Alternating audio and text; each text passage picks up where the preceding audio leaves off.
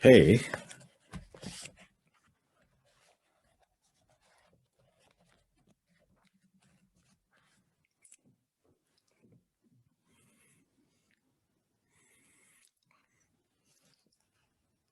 now statement 14 of the last chapter. And we are again continuing, right, on this theme of, like, in a way you could say that this is about, on this side of confusion, so to say, how should we conceptualize?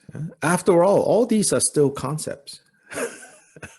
Yeah, all these are still concepts. So on this side of confusion, how best to conceptualize the goal, the final result of Buddhahood? Yeah, in the end, even like these profound Vajra statements that by Jigten Sumgen, in the end, we also need to recognize that they too are concepts, of course. I think we would be like Gyalpa Rinpoche would not be pleased with us if we say, oh, whereas all other people understanding are conceptual, this understanding is not, or my understanding of this understanding is not. It's like, no, as long as it's still just us thinking about it, and even if we're thinking deeply about it, they're still concepts. Yeah. That is a larger point that he wants us to always be aware of, so that we don't fool ourselves into thinking, oh, yes, I got it. When you say I got it, that I got it, yeah, already that's a concept.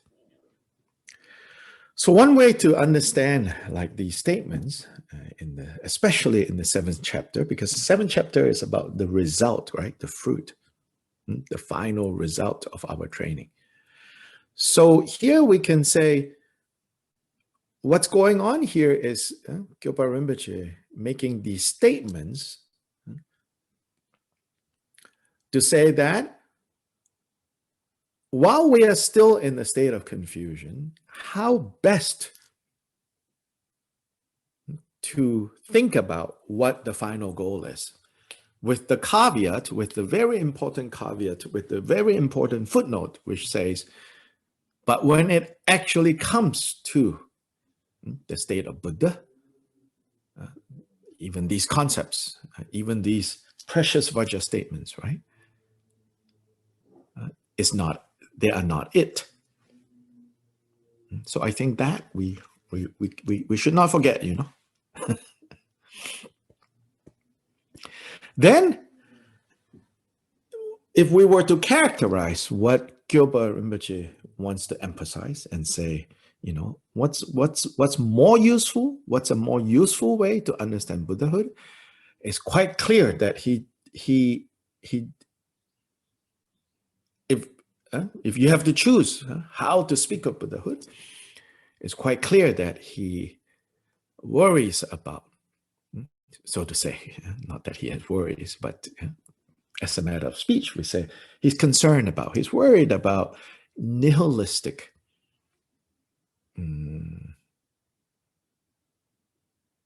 understandings, nihilistic visions of what the goal is. He's also concerned about views about the goal or the result that ignores this very centrally important concept of interdependence. So nihilism and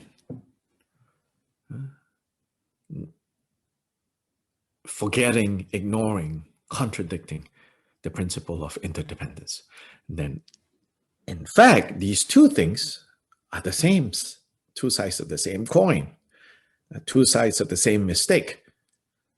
It's because we don't understand, forget, misinterpret, leave behind the principle of interdependence, then we fall into the mistake of nihilism. So again and again, I would say, for me at least, thus far, the Vajra statements that we have seen in chapter 7, and we've seen almost all of them, they are all to emphasize that the goal is not a nihilistic goal. As much as the Buddhist tradition overall uses, the Buddha overall, and therefore the Buddha's successors overall, uses the approach of negation, right? The Four Noble Truths is about that. It's saying suffering. It starts by using statements or words that we can easily relate to. Happiness is a little bit more slippery because our definition of happiness changes. I remember when I first came to the United States, happiness is definitely not finding blue cheese in my salad. It's like, ugh, yeah, what the heck is this? Something has rotten and this rancid oil. Now it's like, ooh. Well, now there's still bad blue cheese, but happiness changes, but suffering, no need much debate, it's like, don't want suffering. As to what we want that will make us happy, that changes. As to what we don't want, the experience of suffering, that remains the same. So the Buddha begins there and says, there is the end of suffering. Yeah? When he talks about nirvana, he says there is an end to suffering. He doesn't say, there is a super, super, super happy place. So he uses like the approach of negation. When suffering and confusion are negated, are taken out, then what you achieve is what you achieve. So in that sense, you can see that I would argue that there already, he's saying, when you remove all the obscurations, when you remove all the afflictive emotions, what is there, and no need to talk about what is there. And what is there need no development.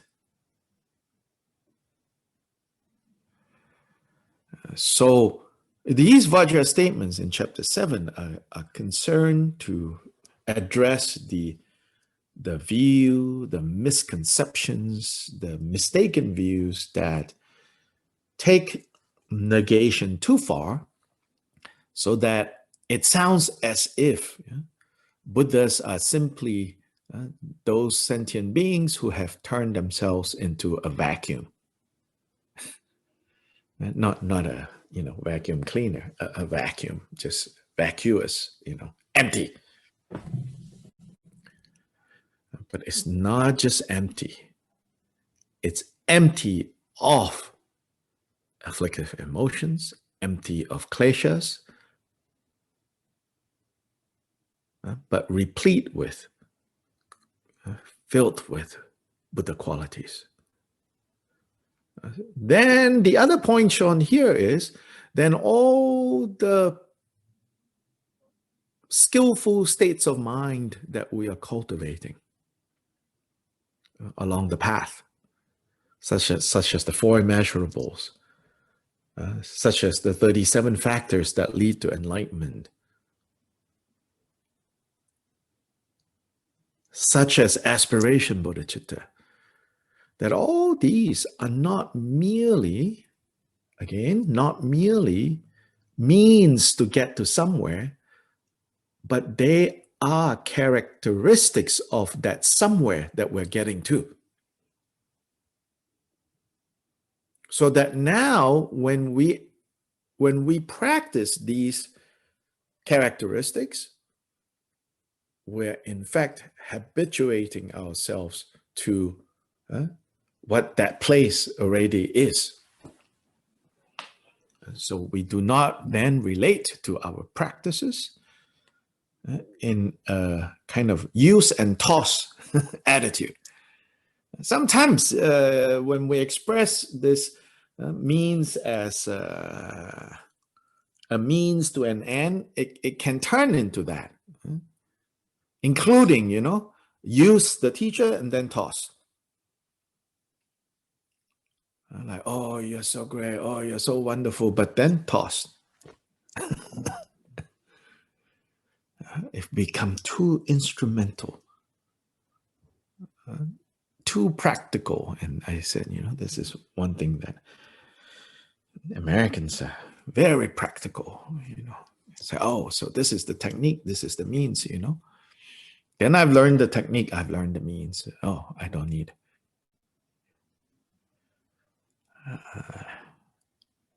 And that's not going to work, that kind of relating to our practice.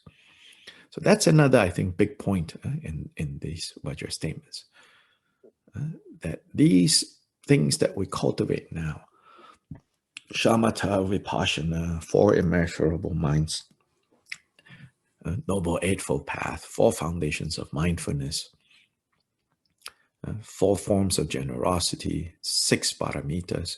These are not just steps to take in order to get there. But these are actually characteristics of what's there, what's in the destination.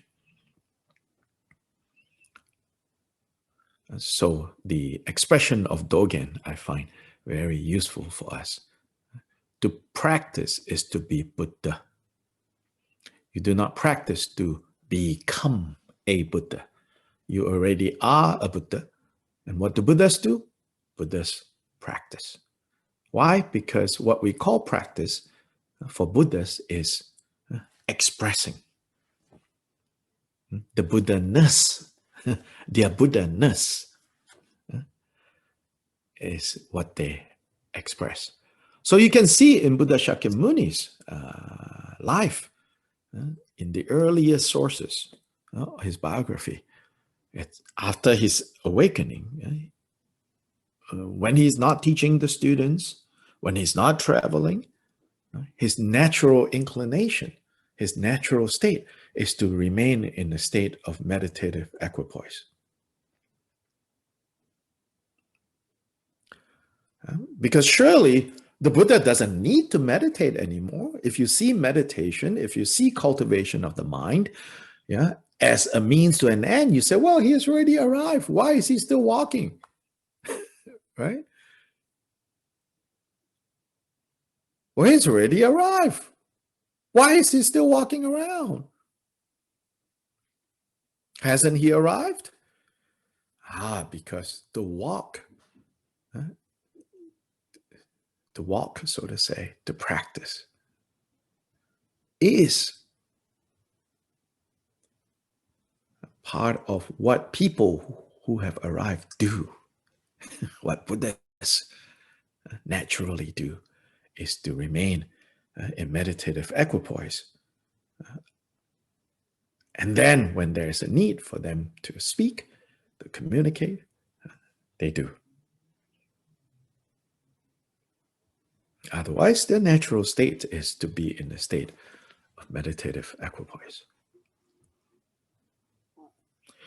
So when we settle and settle and settle body and mind, using breath to settle and settling body, speech, and mind, again, don't think of it as, oh, it's just a means for something bigger to happen, something more fantastic to experience.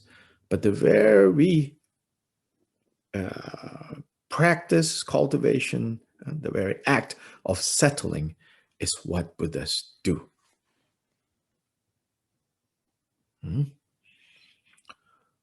So this chapter, to me, These are the few points.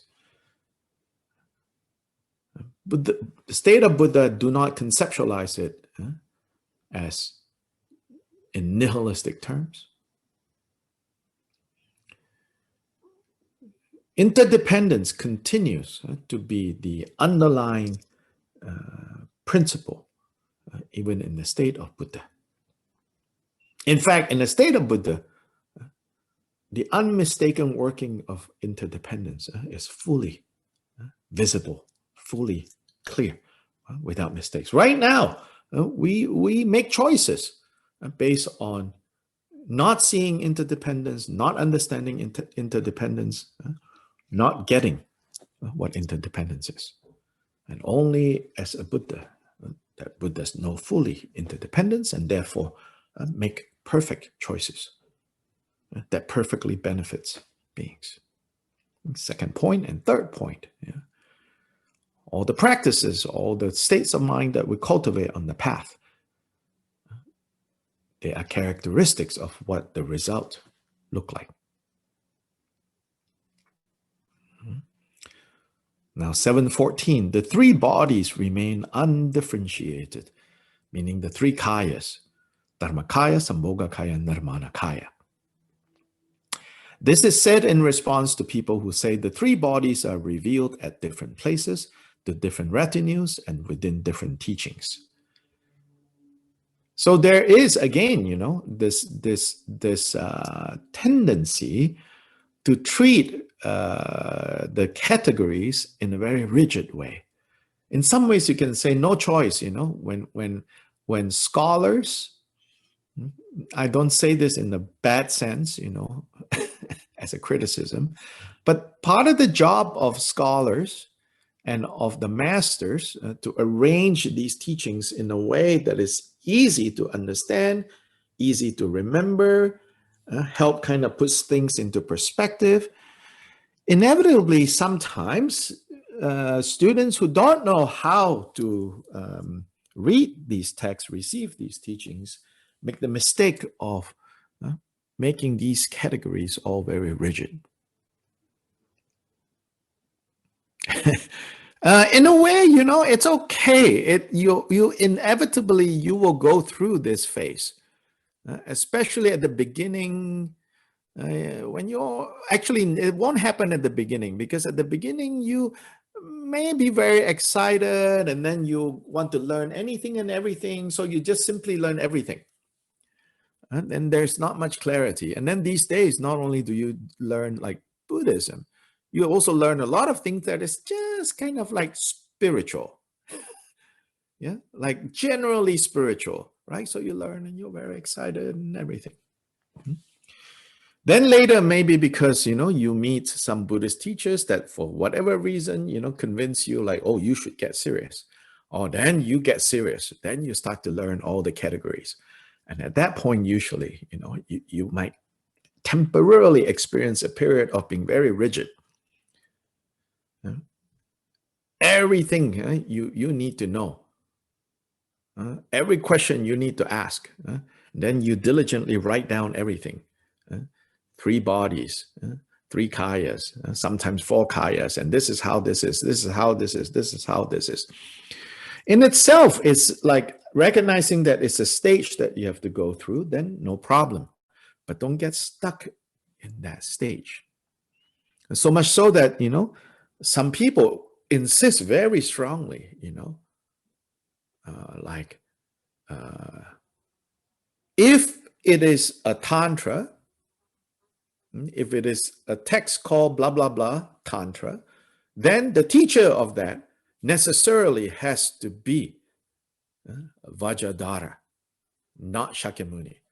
If it is blah, blah, blah sutra, whatever title that ends with the word sutra, it has to be taught by Shakyamuni and not Vajradhara, because Vajradhara is the Vajrayana aspect of Shakyamuni, and Shakyamuni is the Sutrayana aspect of Vajradhara. So people want to make very clear.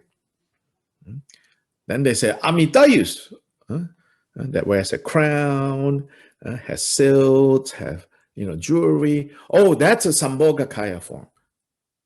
And that's only limited to Sambhogakaya level.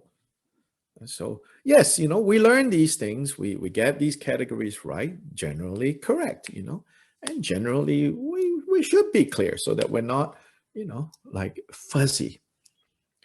But in seeking clarity, it should not become rigidity.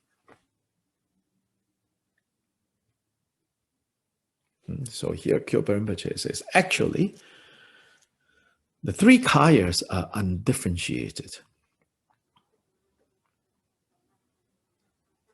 Don't think, oh, Vajradhara is more amazing than Shakyamuni.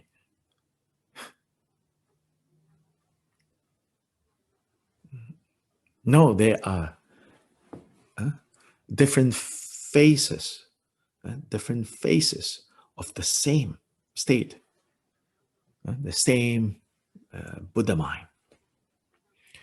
So Maitreya Natha said, the Dharmakaya is pure, self, bliss, and permanent. Moreover, so that one, these four qualities, pure, self, bliss, and permanent, they are very provocative words because they are completely the opposite of what we need to train to see. To see that all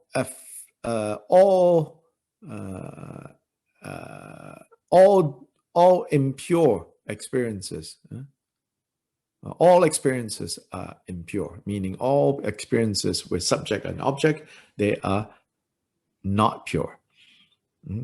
And all things are not self. And all afflicted experiences are suffering. And all composite phenomena is impermanent, right? So these four are the complete opposite of those four.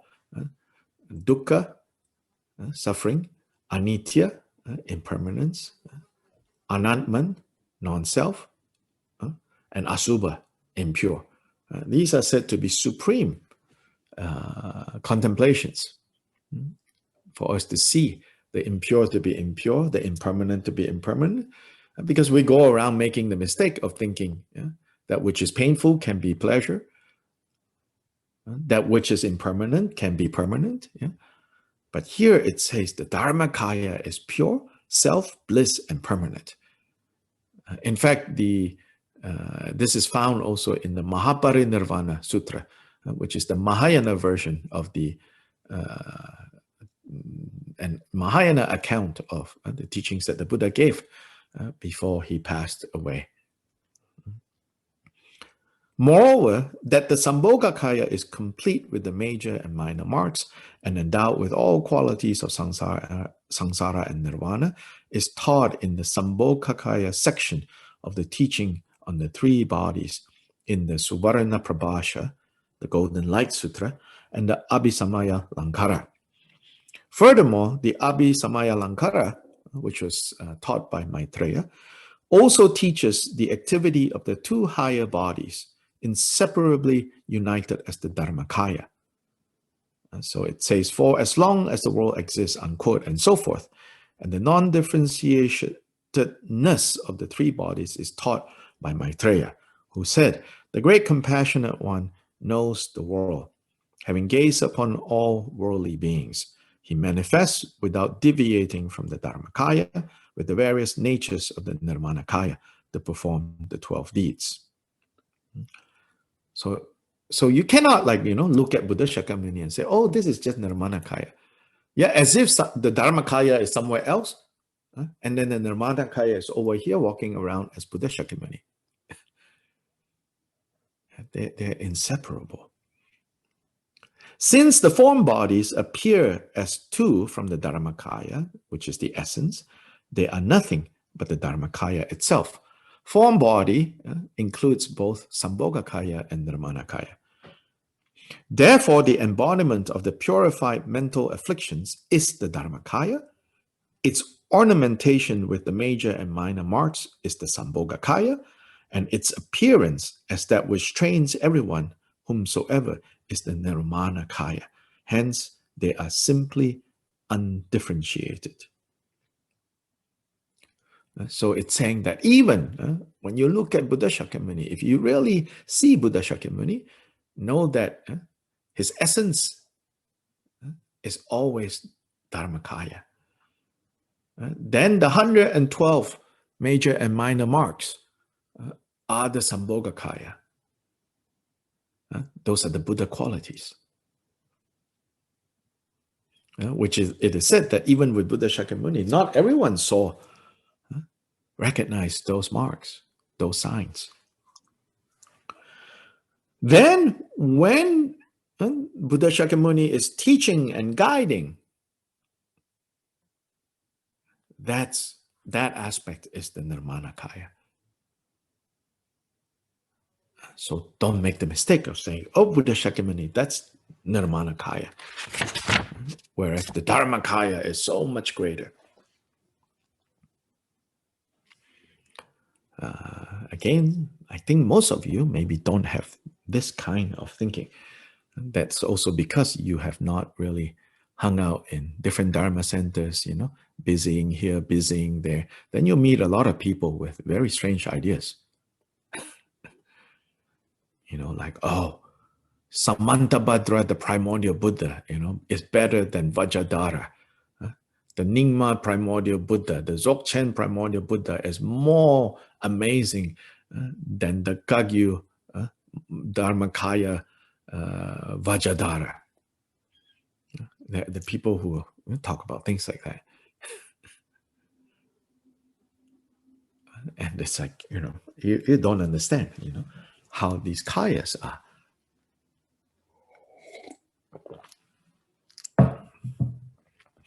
Sobitius notes, some people argue, says Doje Sherab, that the Dharmakaya is the great Mother Panyaparamita endowed with the twofold purity.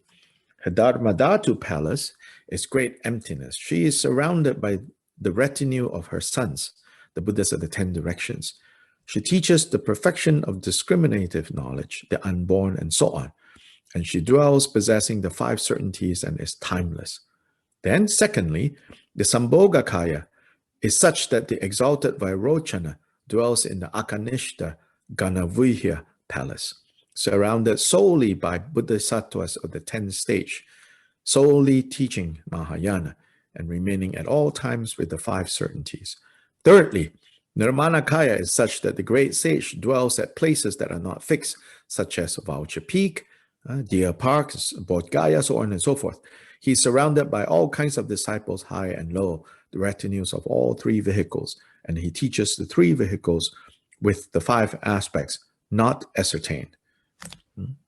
5 aspects are perfect teacher, perfect students, perfect place, perfect time, perfect teaching. So here, some people, when they differentiate very clearly, they say the Dharmakaya, all these 5 are always perfect. The Sambhogakaya, all these 5 are also always perfect. But the Nirmanakaya, these 5 are sometimes more perfect than other times. Yes. Jigten Sumgon does not accept such a differentiation into 3 bodies by way of such things as form, place, retinue, and teaching, but instead maintains their undifferentiatedness. The commentators first discussed the Dharmakaya. Choki Drakpa cites Maitreya Nata, who said that the Dharmakaya is pure self, bliss, and permanent. The Dorshema explains this as follows. Since the Dharmakaya is free of all adventitious obscurations of its primordial natural purity, it is pure. Since it has abandoned the constituents of the person and its sense organs, sense objects, and sense consciousnesses, and has turned away from the causes of their arising, it is blissful. Since it is free from all proliferation of the existence or non-existence of the self, it is excellent self. And since it realizes samsara and nirvana as sameness, it is permanent. So this is how these 4 qualities are explained. Concerning the Sambhogakaya, the chief point is that it is the perfection of the Dharmakaya with all the qualities of samsara and nirvana, such as the major and minor marks. Yeah? So what is the Sambhogakaya? The Sambhogakaya is the aspect of Buddhahood where the Buddha qualities are emphasized. What is Dharmakaya? The Dharmakaya is the aspect of Buddhahood where the absence of kleshas, of afflictive emotions, is emphasized. And the Nirmanakaya then is the aspect of Buddhahood where the guiding and the protecting of sentient beings is emphasized. So finally, Dorje Sherab describes the Nirmanakaya as the benefiting of sentient beings through the activities of the two inseparable bodies, the Sambhogakaya and the Dharmakaya. So when the Sambhogakaya qualities and the Dharmakaya emptiness, right, are perfectly realized, that is when Nirmanakaya work can take place. The illustration is Buddha Shakyamuni, whose Dharmakaya aspect is that he is, quote, separate from all proliferations of the phenomena of samsara and nirvana, and has spontaneously accomplished realization that possesses the four marks. His Sambhogakaya aspect is the ornamentation of that Dharmakaya with measureless qualities such as the major and minor marks. Remember that the major and minor marks, while often discussed in terms of like specific, right, characteristics of his physical form, like his chest is strong, like a lion. His ears are long. His tongue is long. His teeth is perfectly white. We say that these are just outer signs of inner qualities. And then his Nirmanakaya aspect is the benefiting of sentient beings through various activities. So this is how Kyopa Rinpoche explains what are the three kayas, and how they are related.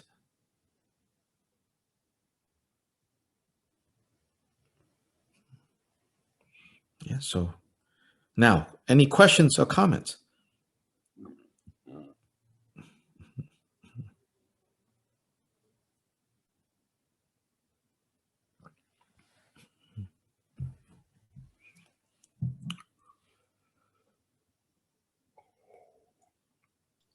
Is recognizing that all of these states are interdependent, their Nirmanakaya actually cannot manifest until Dharmakaya and Sambhogakaya have manifested or are present.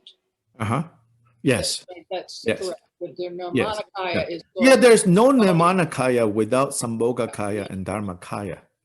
Yeah.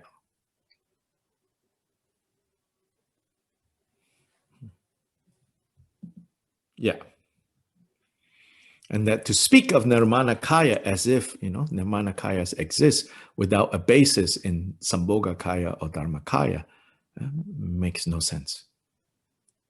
Well, Buddha is Buddha, whatever state yes. it happens to be. Yes. Yes. And in a way, what aspects of Buddha are we seeing? Are we recognizing? That's like also our karmic makeup. Right. So in other words, the person sitting there teaching, because of my karmic makeup, I will perceive as a Nirmanakaya. Yeah. But because of someone else's karmic makeup, they will perceive as Sambhogakaya. Because of somebody else's karmic makeup or level of evolution, they will perceive as Dharmakaya. But the Buddhists themselves don't. It's not like, all the Nirmanakaya Buddhas, you hang out over there. All the Sambhogakaya Buddhas, you hang out over there. All the Dharmakaya Buddhas, gets the premium lounge.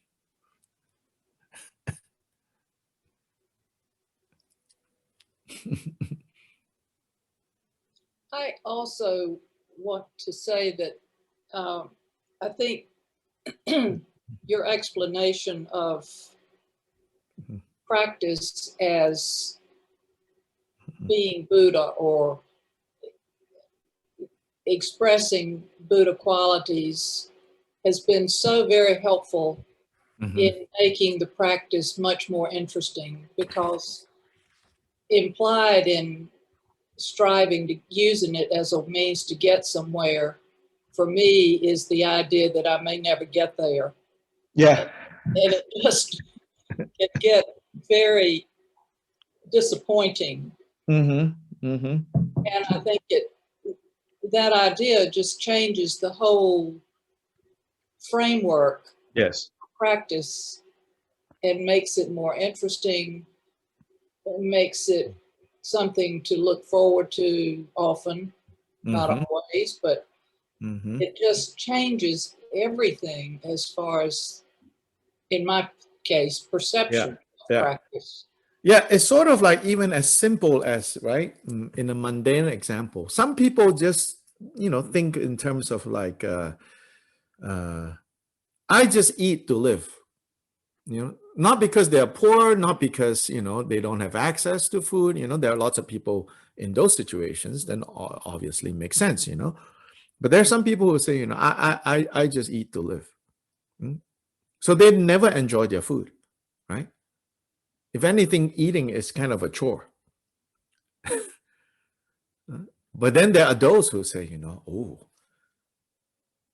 one of the characteristics of being alive is eating. Then you have a different, right, relationship with eating. So same with practice, if you see it as, just a chore so that you don't die, or that just a thing to do so that you can get to somewhere, then it's, so that's why we also have, even in a mundane way, we also have expressions like, right, the journey, right, is the destination. Because if we just like, the journey is just, oh God, that is just like the obstacle in some ways, between starting point and end point, right? Then the journey becomes just like, how quickly can I get over this obstacle? Then it's just,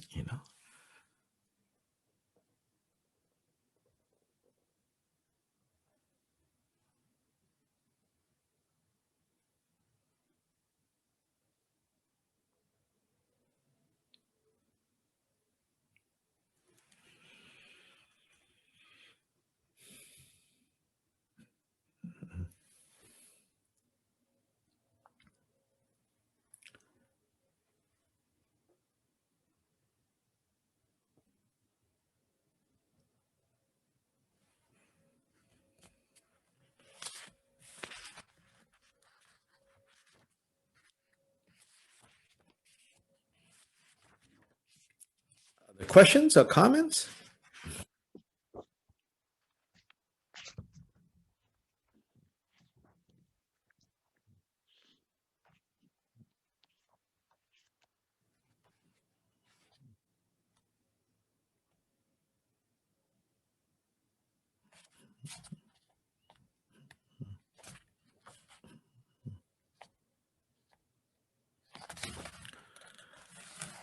From the section of like the auxiliary, right? There's an 8th chapter, an auxiliary chapter. So that's like the auxiliary or the supplements. There's one statement from the chapter 8, the supplements. The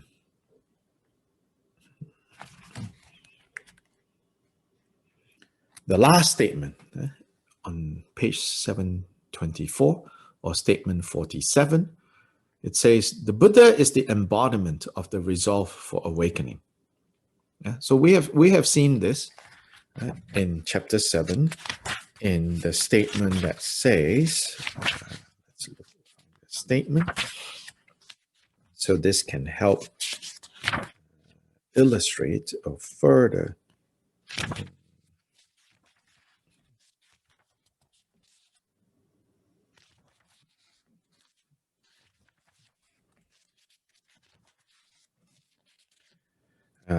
Statement 7 in chapter 7, it says, the resolve for awakening exists even at the Buddha stage.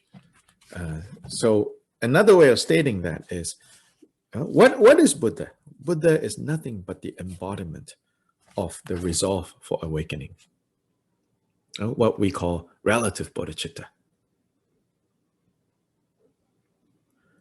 So people claim that after obtaining nirvana, the Buddha is like a fire whose wood has been used up, as in consume firewood, extinguish fire, finish everything. So a nihilistic view. But here it reminds us, no. What is Buddha? Buddha is nothing other than the perfect embodiment of bodhicitta. Meaning, right? The wise and compassionate resolve to free beings from suffering. So here, Buddhahood has no other cause and is not produced by anything other than practice through the preliminary resolve and actualization of the resolve for awakening in the manner of the surface level truth and perfecting familiarization with the two accumulations at the time of the path. From this, at the time of the result, there arises absolute bodhicitta, the embodiment of emptiness possessing the essence of compassion, the Dharmakaya possessing qualities and activities, the wheel of inexhaustible ornaments of body, speech, and mind, and the essence of being free from all extremes of permanence or annihilation, and so forth. This is what we call Buddhahood.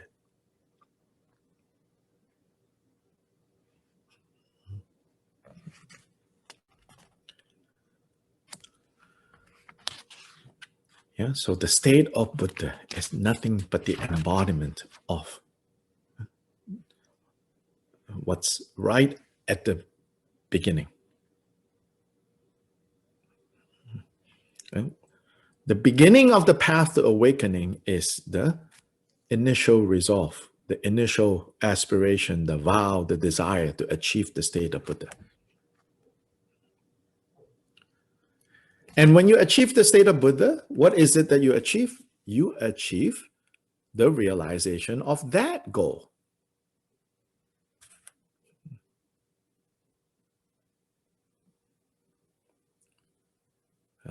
For those of you who know Chinese, there is a statement in the Avatamsaka Sutra. It says, 出发心是道, which is translated as the initial generation of body mind is the way. The way here doesn't mean, in Chinese, the word the way or Tao in Buddhist sources are used in both senses of the path as well as the destination. So this statement plays on these two meanings to carry simultaneously the notion that the journey is the destination. And so from beginning to the end, it has nothing other than this resolve, this desire that is wise, that means based on wisdom and based on compassion. The wisdom to understand the true causes of suffering and the true causes of happiness, and the desire for all beings to achieve the true causes of happiness and abandon the true causes of suffering.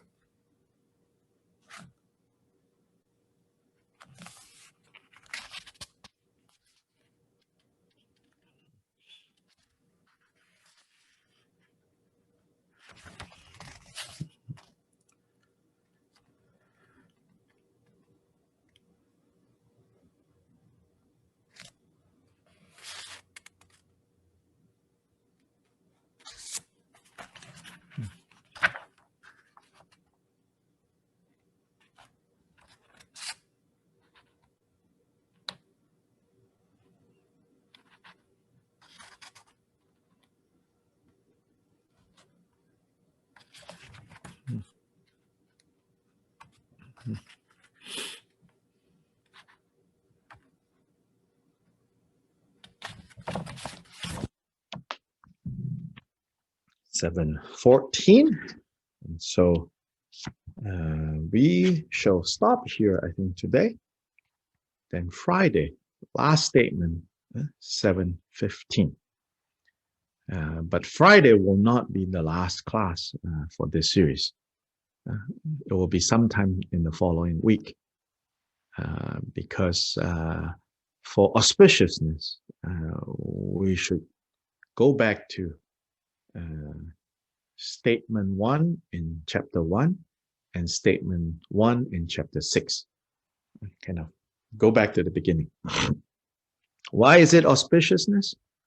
Now, of course, it's a good review, but also it's auspicious, as in, auspicious interdependence, which is then we now start a new cycle where you and I, on our own level, is going to continue to study and to learn and to practice what's in this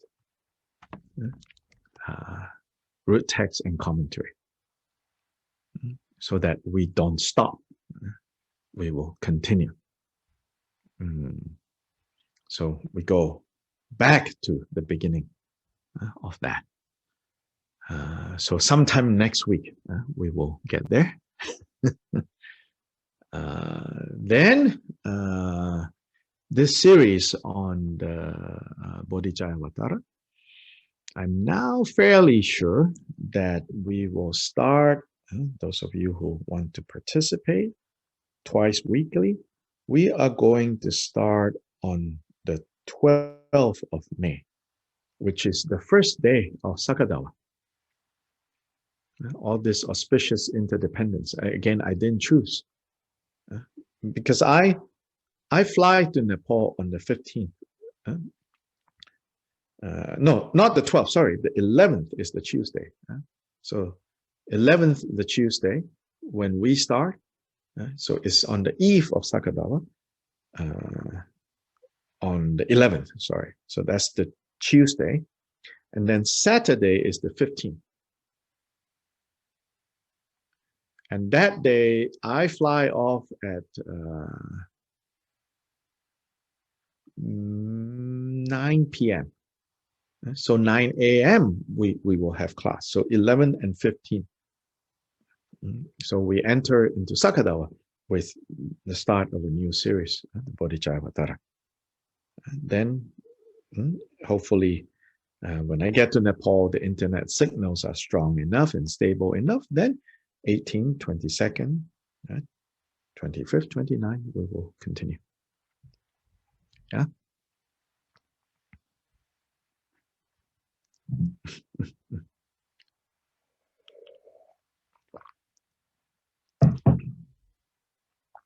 Any questions?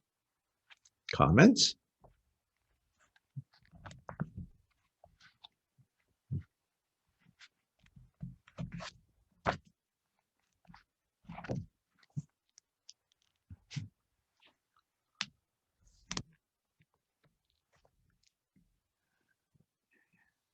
If not, Chanchu Sem Chorim Poche Magye Banam Ge Gyunche Ge Banyam Pam Me Payam Gone Gongdu Belwarsho. By the way, it looks like this Bodhicaya-vatara program, there's interest to have them interpreted into Portuguese and Spanish. For how long, I don't know, because, it's a long program. So I said, if there is commitment to interpret into Portuguese and into Spanish, at least chapter by chapter, someone says, okay, I will commit to interpreting for chapter 1, then for chapter 1, at least, there is interpretation. So this is to say, those of you who know friends who are who only understand Spanish, I don't think in here we have Portuguese, you can also tell friends that if they want to participate, it's probably will work, which slows things down a little bit, but it's okay. No need to rush. What we'll do is I'll turn on the interpretation room. So I will teach and then I'll be silent. Then when I'm silent, simultaneously, the Portuguese and the Spanish can occur. Then I will teach and then it will be translated. I don't know about Chinese. I don't think we have anyone who is volunteering to do the Chinese interpretation. Anyway, just to plant a seed and to let you know that this is sort of being considered right now. So, okay, ta-ta. Muchas gracias. See you tonight. Gracias. Bye-bye. See you tonight.